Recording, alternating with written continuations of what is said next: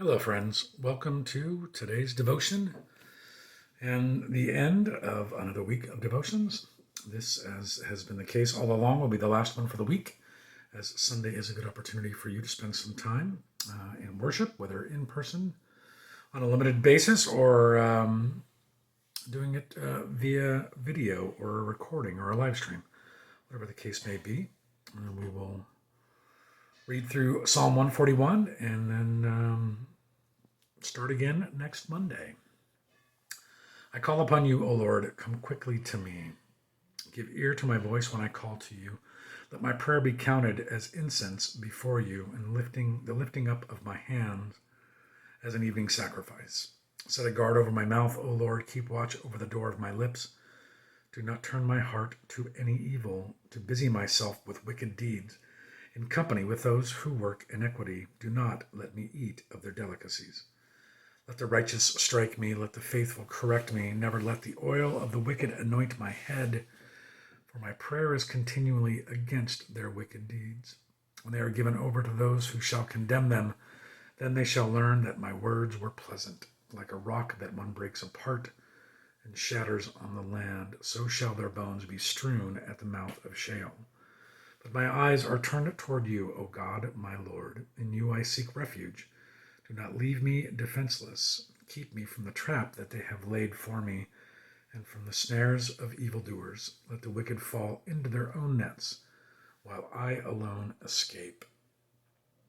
So this one seems to be the prayer of an individual, and the request or the prayer is that that God somehow protect them from having associations with the wicked, not just having associations, but falling into their ways, being tempted by the things that the wicked are doing, so that the psalmist, the one who writes the psalm, not be turned away from God, not be led astray from God. Verses 5 through 7 are kind of confusing in my study Bible. Says that they're difficult to translate because of the original language. Though it's not unusual to see parts of the Psalms, many of them crying out or calling out for condemnation or punishment or judgment for the evil or the wicked or the enemies, but focusing again back on the idea of not falling into temptation of the ways of the wicked. It's probably not something we think about very much in our world. The world was very different for the people of Israel, for the person who would have written this psalm, than it is for us. Everybody was religious. There was no group of people that were atheists or agnostic. There was no such thing. They all worshipped, prayed for, or depended on various different pagan gods, idols, false gods. And it was all around the people of Israel. They associated with those if they did business with them, if they lived in a village, town, whatever, where there was other people, there would constantly have been festivals and celebrations, celebrating these false gods.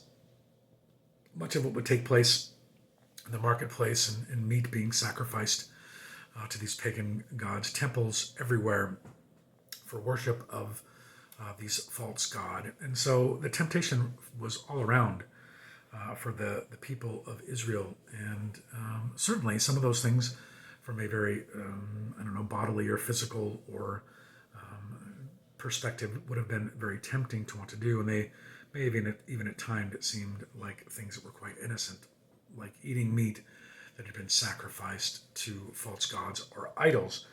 And so the temptation was probably much greater than what we face now, because religion isn't a part of our everyday world. It is become very much a private and personal thing for us and for so many other people. So we don't have those same kinds of temptations, but certainly there are temptations all around us.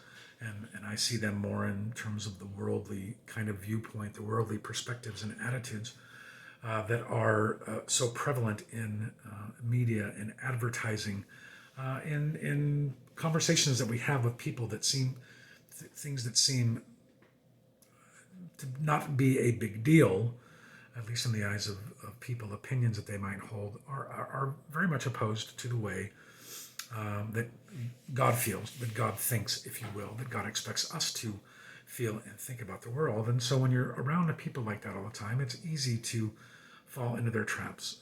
People might tell jokes that are racially insensitive. They might say things about groups of different people that are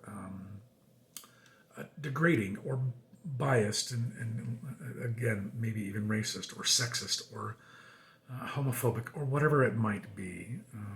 There is certainly a push in our world towards materialism because we live in a capitalistic society that we can easily be turned away and fall into the trap of, if you will, the wicked or the evil by pursuing wealth in our world or power or something else.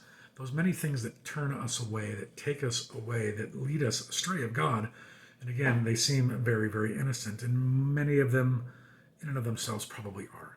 But the accumulation of the messages that we hear in this world and from other people and just let them go, or even the way that we consume media, television and movies and things, let alone things that we see on the internet and the computer, they're all around us. And it is easy to, again, sort of get led down the wrong path because, well, they seem normal. They seem acceptable by our society and by our world. It certainly doesn't mean that God is going to reject us or we're going to lose faith or anything like that. But it's important for us to have a mindset like the mindset of a Christian, the mindset of one who represents Jesus Christ and the way that he lived his life, the things that he taught us, the things that we know to be true about him, and the way he lived his life is something we are encouraged and called and really should be emulating. But it is a constant struggle, and the one remedy for that is the relationship that we have with Christ through prayer, through service, through our offerings, tithes, if you will, through our study and prayer and all of those things to help us have the mind of Christ, as Scripture would say, that we can be the ones who reflect his grace in a world that so desperately needs it. So it's a hard thing to do, but for us, it is what we are called to do as Christians. And we are called to be salt and light. And that's how we influence the people around us, is not by acting like everybody else, but by standing up for what we believe to be true based on the one who has taught us so well. That's our devotion for today. I guess maybe more of a teaching than it is a devotion, but we have Psalm 142 on Monday. Until then, enjoy the rest of your weekend and be well.